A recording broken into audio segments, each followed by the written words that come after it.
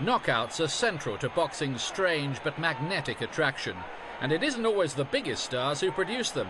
Take Donovan Razor Ruddock, a bit of a heavyweight nearly man, but tell that to Mike Dokes. Oh, good counter right by Dokes. Right now, Ruddock is fighting the wrong fight, not using his legs at all. Dokes went down to the second straight. Dokes is down, and he may be out. It's all over. It's all over.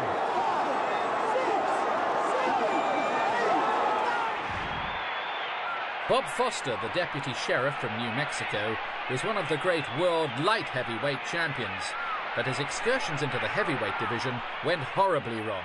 Here's what Smokin' Joe Frazier did to him.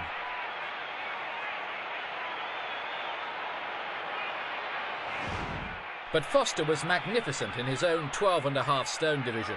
For 6 years he was untouchable, and this was how it all started the night he won the title from Nigeria's Dick Tiger in 1968. Light heavyweight champion of the world, Dick Tiger in blue trunks defends his crown against hard-hitting Bob Foster at Madison Square Garden. A pulverizing left hook, and champion Dick Tiger crumbles to the canvas. The referee points Foster to a neutral corner and picks up the count. It's all over. In slow motion, Foster lands that murderous left, and down goes Dick Tiger. Bob Foster becomes the new light heavyweight champion of the world with a dramatic fourth-round knockout of Dick Tiger in New York. At number 7, an incredible night in Pittsburgh as a 37-year-old Jersey Joe Walcott, making his 5th attempt to become world heavyweight champion, produced one of the greatest punches in history to dethrone Ezzard Charles. Walcott, at that time, the oldest man to wear the crown. Charles collapses like a sack of grain after that incredibly well-timed punch explodes on his jaw. The champion struggles to rise. He's on his feet, but he stumbles backwards from the continuing effects of that devastating punch. Let's watch that again in knockout slow motion. Walcott comes in almost nonchalantly. Now here comes that left hook. That punch twisted Charles' head almost completely around. Look at his distorted features. Charles crumbles to the canvas. There's pandemonium in the ring after this incredible sudden ending. Walcott's handlers are ecstatic as Jersey Joe is the new heavyweight champion. Now up to the present, and the glitzy showmanship of Britain's Naseem Hamed isn't to everyone's taste, but he is one of the great featherweight punchers, and his so-called rocket launcher took out poor Saeed Lawal in precisely 36 seconds. I've won.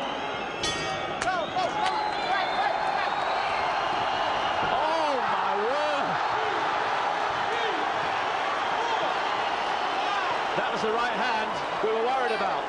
The fight's all over. The fight is all over. His legs have gone. The referee could just call this. Nazo, I wonder if he'll back off and just let him recover.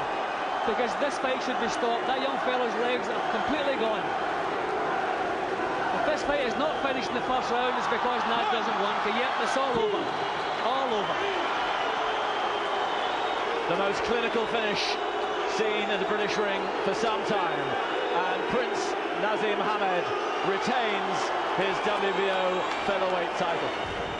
At 5, the menacing, malevolent, but some say misunderstood Sonny Liston, now lying in a pauper's grave in Las Vegas. In his time, he terrorized the heavyweight division, and when given his belated title chance, needed only 126 seconds to end the reign of Floyd Patterson in 1962. Liston won the rematch in 1 round as well. Patterson must stay away from the ropes.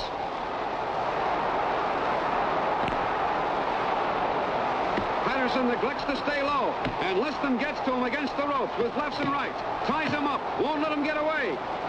Liston with a left, a short right to the body, a left hook, and Patterson is down. George Foreman in his pomp was a one-man demolition crew, and even Ken Norton, who always gave Ali such trouble, just couldn't cope with his power. Foreman teeing off. 3 right hands send Norton crashing into the ropes. The referee gives Norton a mandatory 8 count.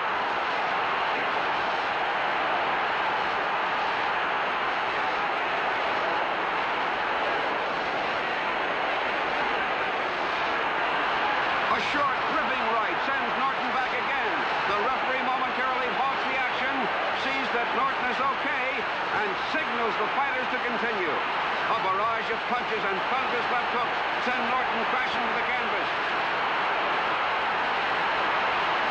Norton, in desperate trouble, tries to pull himself up using the ring rope.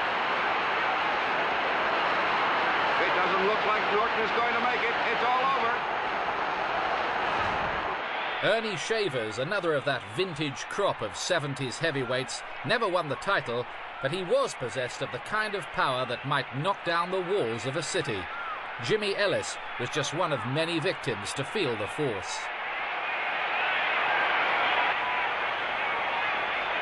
A wicked right uppercut floors Ellis. Jimmy, in desperate trouble, rolls over onto his arm. It's all over here in the opening round. In slow motion, Shaver sets up and lands that terrific right, and Ellis goes down. The greatest pound-for-pound fighter ever?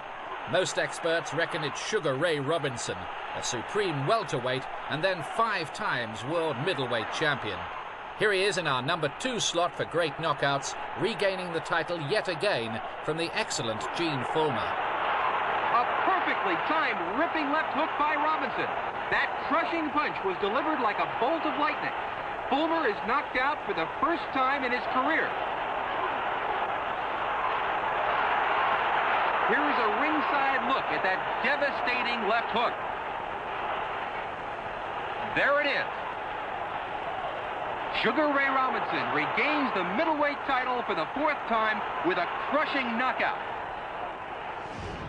But at number 1, the night in Atlantic City that Iron Mike Tyson reached the peak of his turbulent career. Speed, power and timing put together in 91 destructive seconds against Michael Spinks. Many had reckoned that Spinks had a real chance of beating him, but as one victim remarked, Tyson at that time was like all your worst nightmares come true. Spinks fires a quick combination and gets rocked with a short left.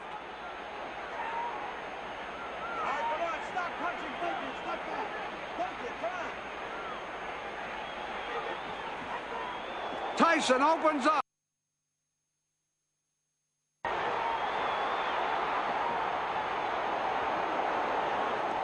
A stinging combination drops Spinks here in the opening round. Spinks says he's okay as referee Frank Carpatino gives him the mandatory 8 count.